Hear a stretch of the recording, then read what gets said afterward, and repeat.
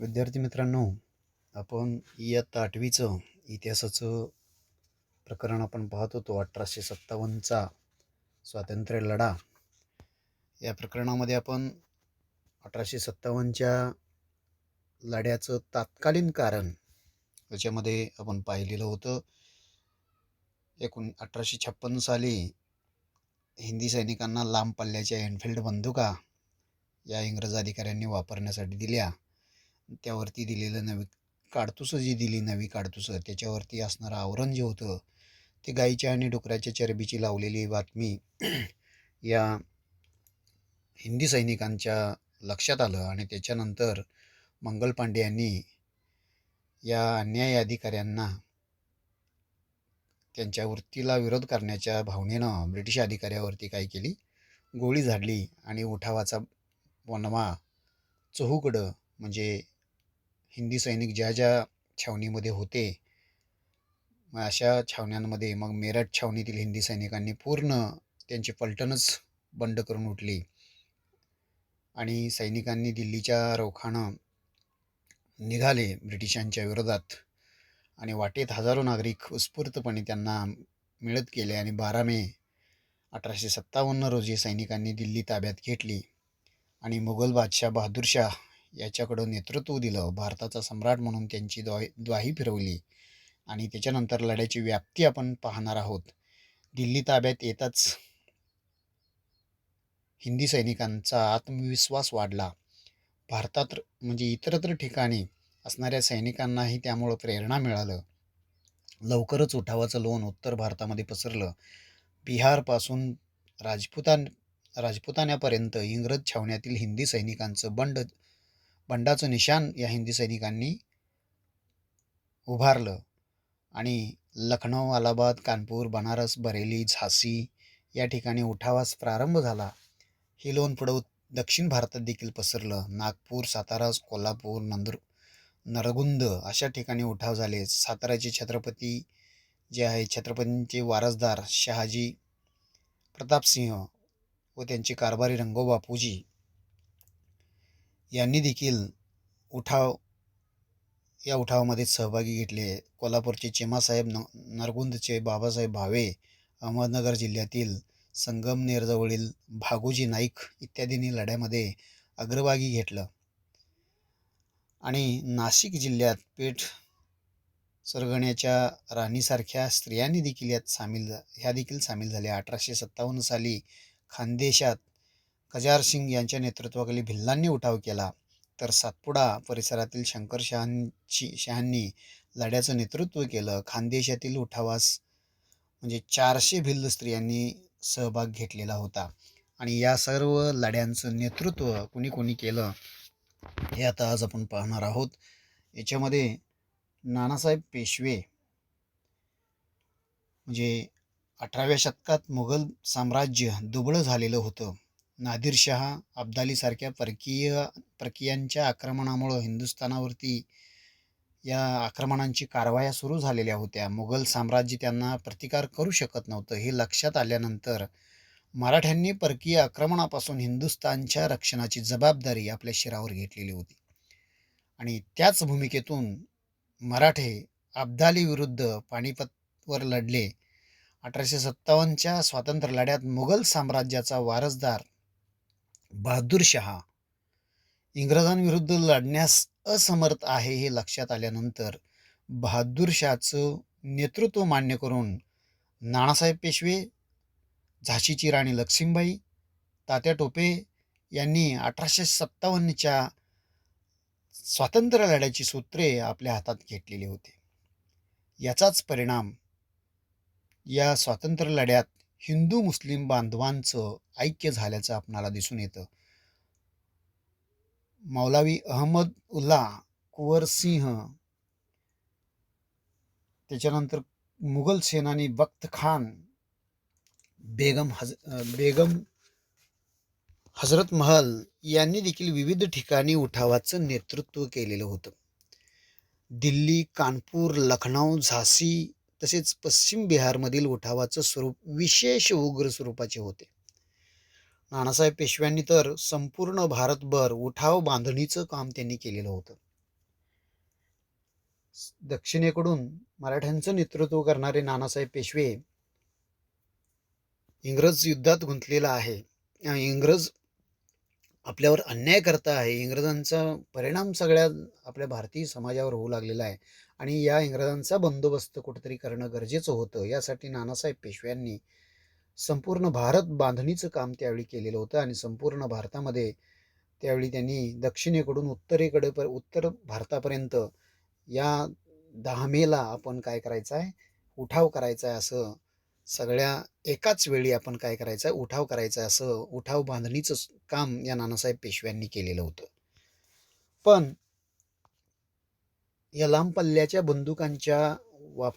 बंदुकांना वापरणारं जे काडतूस आहे, त्या काडतुसामुळं उठावाला एक सूत्रता आले नाही. कारण नानासाहेब पेशव्यांनी सांगितलेल्या वेळी आपण अचानक उठाव करायचं होतं. पण मंगल पांडे यांनी काय केलं, या उठावाची सुरुवात अगोदरच केल्यामुळं उठाव अचानक म्हणजे ठरल्या वेळेच्या अगोदरच उठाव सुरू झाला आणि त्यामुळं सुसूत्रता त्याच्यामध्ये म्हणावं तितकं आलेलं नव्हतं आणि त्यामुळं या उठावाचा बिमोड भारतीय इंग्रजांशी भारतीय सर्व एकत्र येऊन इंग्रजांशी प्रामाणिक लढले. यामध्ये सैनिक, जमीनदार, राजे, सेनापती व जनताही याच्यामध्ये सामील झालेली होती. या 1857च्या लढ्यामध्ये हिंदी सैनिकाच्या नियोजित वेळेपूर्वीच उठाव सुरू झाला. सुरुवातीला हिंदी सैनिकांना यश मिळत गेलं, परंतु इंग्रजी सत्तेची सैन्य संख्या व प्रशासकीय ताकद मोठी होती. इंग्रजांनीही उठावाचा बिमोड साम दाम दंड भेद या नीतीप्रमाणे केला आणि या धक्क्यातून इंग्रजी सत्ता लवकरच सावरली. त्यांनी पुढील 6 महिन्यातच गेलेली सर्व ठिकाणं परत मिळवली.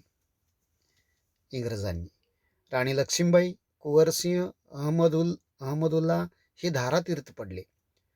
बहादूरशाह यांना इंग्रजांनी रंगून येथे कारावासात ठेवलं पकडून आणि नानासाहेब पेशवे व बेगम हजरत महल यांनी नेपाळमध्ये त्यावेळी आश्रय घेतलेला होता. कारण इंग्रज आता वरचढ झालेले होते. प्रशासकीय यंत्रणा त्यांच्याकडे होती आणि त्याच पद्धतीनं सैन्य संख्या देखील त्यांच्याकडे भरपूर होती आणि त्यामुळं नानासाहेब पेशवे आणि बेगम हजरत महल हे दोघे नेपाळमध्ये आश्रय घेतला. तर तात्या टोपे 10 महिने इंग्रजांशी लढत राहिले, पण फंदपितुरीमुळं शेवटी ते सापडले. त्यांना फासावर जावं लागलं. अशा रीतीनं सन 1858च्या अखेरीस इंग्रजांनी हा लढा कठोरपणे दडपून टाकला आणि त्यावेळी या नकाशामध्ये तुम्हाला दिसतं की इंग्रजांच्या ताब्यातील प्रदेश आणि लढ्याची महत्त्वपूर्ण ठिकाणं याच्यामध्ये दिलेला आहे. म्हणजे जवळजवळ हा सगळा भाग जो आपल्याला केसरी दिसतो भाग, हा सगळा भाग या भारतीयांनी म्हणजे 1857च्या लढ्यामध्ये सर्व भागावरती त्यांनी काय केलं होतं, आपला ताबा मिळवलेला होता. पण इंग्रज या धक्क्यातून लवकरच सावरून काय केलं, हा उठाव कठोरपणे काय केला, त्यांनी दडपून टाकला.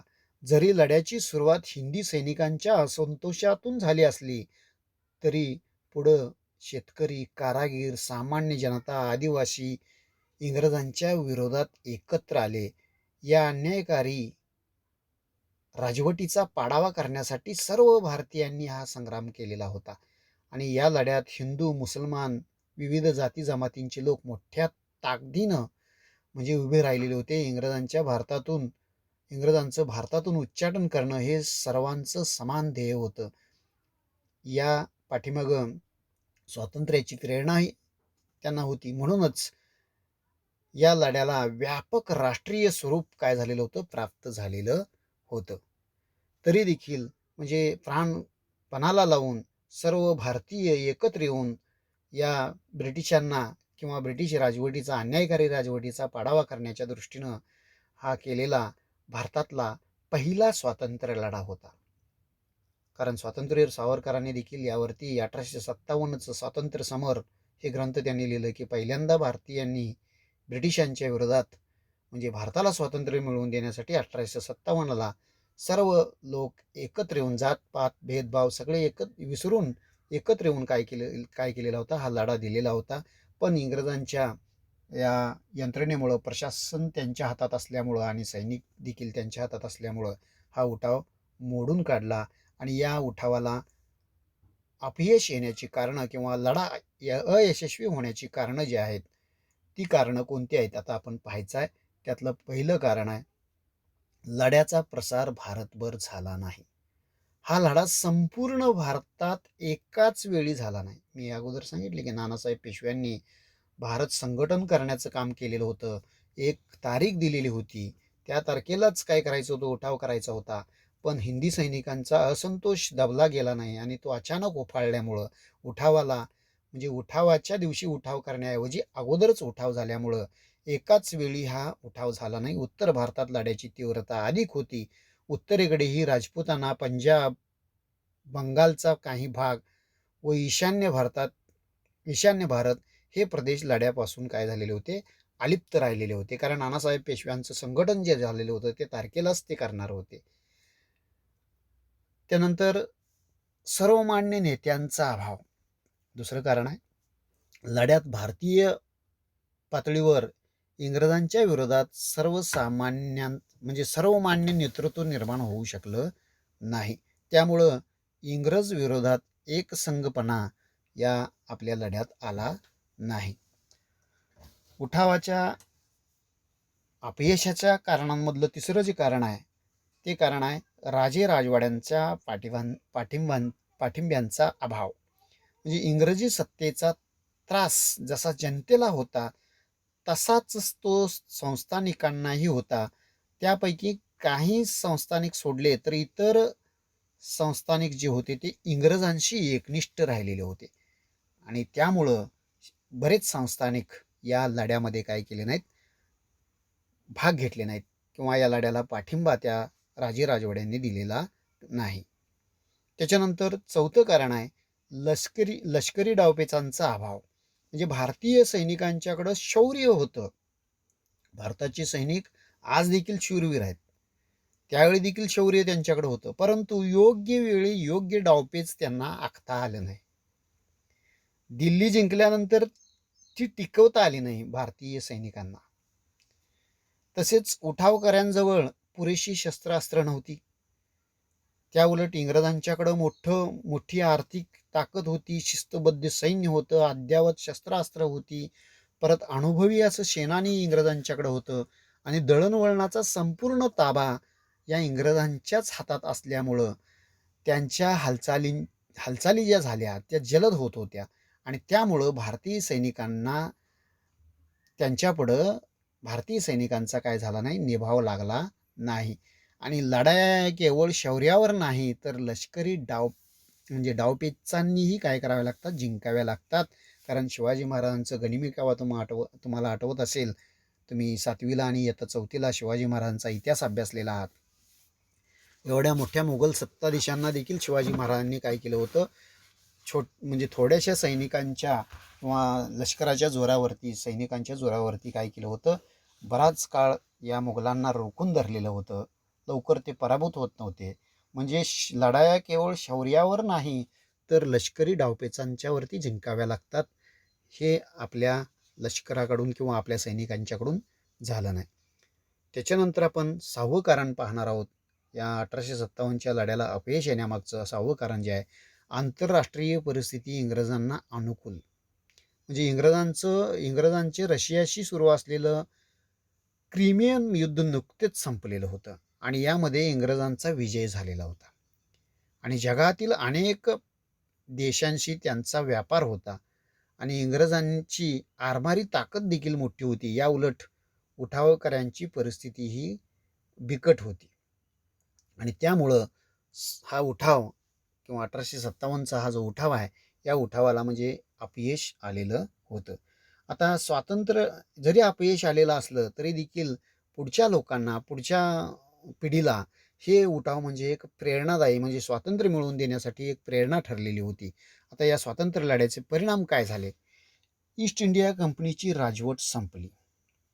कंपनीच्या सत्तेमुळं भारतीयांच्या असंतोषात भर पडत गेली व त्यामुळं इंग्रजी सत्तेपुढं 1857च्या लढ्याचं आव्हान उभं राहिलेलं होतं. याची जाणीव जी आहे ती इंग्लंडच्या राणीला झाली आणि भारतातील इंग्रजी सत्ता आता कंपनीच्या हातात सुरक्षित नाही असं वाटल्यामुळं 1858 साली ब्रिटिश पार्लमेंटचा कायदा भारतामध्ये सुरू केला. म्हणजे ईस्ट इंडिया कंपनीची राजवट बरखास्त केली आणि त्याच्यानंतर पार्लमेंटचं राजवट सुरू झालं. म्हणजे गव्हर्नर जनरल हे पद जाऊन व्हाईसराय हे पद निर्माण करण्यात आलं आणि लॉर्ड कनिंग हा शेवटचा गव्हर्नर जनरल व पहिला व्हाईसराय ठरला. आणि तसेच भारताविषयी कारभार करण्यासाठी भारत मंत्री हे पद देखील इंग्लंडच्या शासनात काय केलं, निर्माण करण्यात आलं. आणि इंग्लंडच्या राणीनं त्यावेळी एक जाहीरनामा काढला. म्हणजे भारतीयांच्या दृष्टिकोनातून म्हणजे भारतीय लोकांच्या दृष्टिकोनातून आम्ही हिताचं आता इथून पुढं काम करणार आहोत असं. म्हणजे आता भारतामध्ये कंपनी सरकार नष्ट केलं त्यांनी. आता इथून पुढं आम्ही कारभार करत असताना भारतीय जनतेचा विचार करू, भारतीय जनता ही आपली जनता मानू असा. आणि राणीनं काय केला, एक जाहीरनामा काढला. इंग्लंडची राणी व्हिक्टोरिया हिनं भारतीयांना उद्देशून एक जाहीरनामा काढला आणि सर्व भारतीय हे आमचंच प्रजाजन आहे. वंश, जात किंवा जन्मस्थान यावरून या प्रजाजनामध्ये आपण कुठलाही भेदभाव इथून पुढं करणार नाही. शासकीय नोकऱ्या देताना देखील गुणवत्तेवर आधारित आम्ही देऊ. त्यात गुणवत्तेत भारतीय लोक बसले तरी देखील त्याला आम्ही शासकीय नोकरी देऊ. धार्मिक बाबतीत कसलाही आम्ही हस्तक्षेप करणार नाही. कारण याच्या अगोदर कंपनी सरकारच्या वेळी अनेक हस्तक्षेप म्हणजे सामाजिक हस्तक्षेप त्यांनी बराच केलेला होता. ज्या विविध प्रथा चालीरीती भारतीयांच्यामध्ये होत्या त्या बऱ्याच त्यांनी बंद करण्याचा प्रयत्न केलेला होता आणि त्यामुळे देखील भारतीय जनता या कंपनी सरकारवरती असंतुष्ट होती. आणि आता राणीनं जाहीरनामा काढला, त्याच्यामध्ये राणीनं स्पष्ट सांगितलं की धार्मिक बाबतीत कसलाही आम्ही हस्तक्षेप करणार नाही. आणि त्याच्यानंतर आणखीन एक सांगितलं जाहीरनाम्यामध्ये, संस्थानिकांशी केलेले करार आता इथून पुढे आम्ही पाळणार आहोत किंवा पाळले जातील. ती कोणत्याही कारणासाठी आपण संस्थानं इथून पुढं खालसा करणार नाही. कारण याच्या अगोदर कंपनी सरकारच्या वेळी तुम्ही पाहिलेला होता, लॉर्ड डलहौसीनं बरेच काय केले होते, संस्थानं खालसा केलेली होती. सातारा, झाशी या ठिकाणची संस्थानं तिथल्या कारभार व्यवस्थित चालत नाही या नावाखाली या लॉर्ड डलहौसीनं बरीच संस्थानं खालसा केलेली होती आणि कंपनीच्या सरकारला किंवा इंग्रजांच्या राजवटीला ते जोडून घेतलेलं होतं. पण राणीनं त्यात बदल केला की संस्थानिकांशी केलेले करार आम्ही पाळू आणि ती कोणत्याही कारणास्तव आम्ही कुठलंही संस्थान इथून पुढं काय करणार नाही, खालसा करणार नाही, अशी ग्वाही या इंग्लंडच्या राणीनं म्हणजे व्हिक्टोरियानं काय केलं, या जाहीरनाम्यात ग्वाही दिली. आणि आता इथून पुढं उठाव होऊ नये. आता कंपनीचं सरकार गेलेलं आहे आणि त्याच्यानंतर आता काय झालेलं आहे, पार्लमेंटचं राज्य आलेलं आहे. पार्लमेंटचं राज्य आल्यानंतर पार्लमेंटनं काय केलं, भारतीय लष्कराची पुनर्रचना केली. कारण याच्या अगोदर काय झालेलं होतं, भारतातल्या सैनिकांनीच उठाव केलेलं होतं आणि त्यामुळं यांनी लष्कर रचनेमध्ये फेरबदल केले. इंग्लंडच्या राणीनं म्हणजे लष्करातील इंग्रजी सैन्याचं प्रमाण त्यांनी वाढवलं. काय होतं, पूर्वी भारतीय सैनिक सुभेदार म्हणून भरपूर भारतीय सैनिकांची भरती होती आणि त्यामुळं लढणार जे होते भारतीयच होते. पण इंग्लंडच्या राणीनं त्याच्यात बदल करून घेतलं. त्या सैनिकांच्या ऐवजी म्हणजे भारतीय सैनिकांच्या ऐवजी त्यांनी इंग्रजी सैन्याचं प्रमाण वाढवलं. महत्त्वाच्या ठिकाणी इंग्रज अधिकाऱ्यांच्या नेमणुका करण्यात आल्या. त्यांच्या तोफखाना हा पूर्णपणे इंग्रज अधिकाऱ्यांच्या ताब्यात त्यांनी घेतलं. कारण पूर्वी ते भारतात 1857च्या पूर्वी तोफखाने सगळे काय होते, भारतीय लष्कराच्या ताब्यात होते आणि त्यामुळं तोफखान्याचा पूर्णपणे इंग्रजांनी काय केला, अधिकार स्वतःच्या ताब्यात त्यांनी घेतलेला होता. आणि त्याच्यानंतर लष्करी तुकड्यांची जातवार विभागणी भारतीयांची केली. त्यांनी लष्करी भरती करत असताना भारतीय सैनिक एकत्र येऊ नयेत, कारण इंग्रजी सत्तेच्या विरोधात आता उठाव करणार नाहीत अशी काळजी या पार्लमेंटच्या सरकारनं घेतलं. म्हणजे त्यांनी भारतीय सैनिकांच्या पलटणीत जातवार केल्या.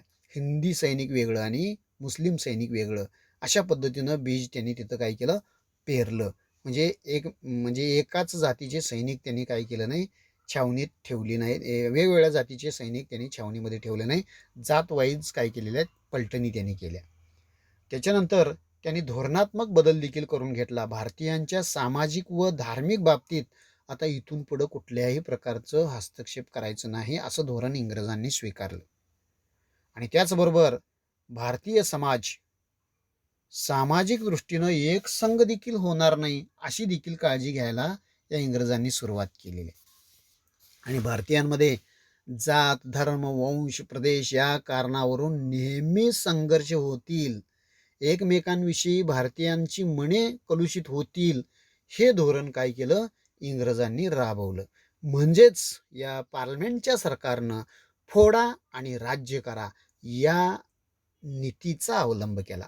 म्हणजे हेच इंग्रजी राज्याचं सूत्र राहिलं शेवटपर्यंत. म्हणजे तुम्ही भारताला स्वातंत्र्य मिळवत असताना देखील त्यांनी काय केलं, भारत आणि पाकिस्तान अशी फाळणी करूनच काय केलं, त्यांनी स्वातंत्र्य दिलं. म्हणजे शेवटपर्यंत त्यांनी फोडा आणि राज्य करा ही नीती त्यांनी काय केली, अवलंबली.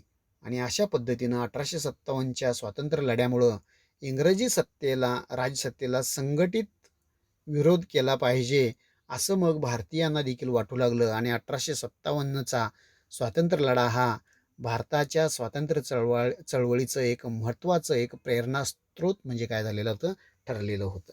म्हणजे अशा पद्धतीनं या 1857चा लढा आपण पाहिला.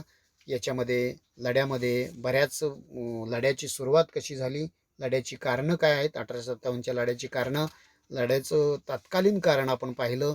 त्याच्यानंतर लढ्याची व्याप्ती पाहिलं. या 1857च्या लढ्याचं नेतृत्व कोणी कोणी केलं ते आपण पाहिलं. आणि 1857च्या लढ्याला अपयश का आलं आणि इंग्रजांनी ते मोडून कसं काढलं आणि 1857च्या लढ्याला अपयश का आलं, आणि त्याच्यानंतर इंग्रजांनी ईस्ट इंडिया कंपनीचं म्हणजे काय केलं, राजवट संपवलं. म्हणजे 1857च्या लढ्याचे परिणाम काय झाले हे देखील आपण पाहिलं. परिणामामध्ये आपण ईस्ट इंडिया कंपनीची राजवट संपली, राणीचा जाहीरनामा आणि भारतीय लष्कराची पुनर्रचना त्यांनी केली. आणि एवढंच नाही तर भारतातल्या धोरणात्मक म्हणजे निर्णय घेत असताना धोरणात्मक बदल देखील त्यांनी घडवून आणला, हे आपण इथं पाहिलं. हे इथं प्रकरण संपतं.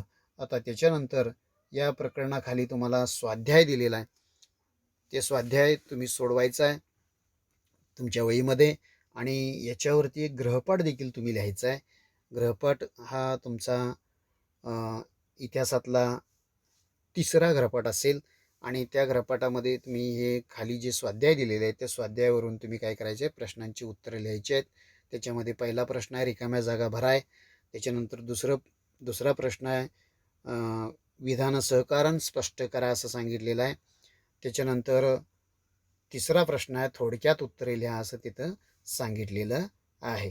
आता या प्रश्नांची उत्तरं तुम्ही गृहपाठ म्हणून तुम्ही काय करायचं आहे, तुमच्या वहीमध्ये तुम्ही स्वतंत्र वही घातलेला असाल त्या वहीमध्ये तुम्ही काय करायचं आहे, त्याची उत्तरं ही लिहायची आहेत.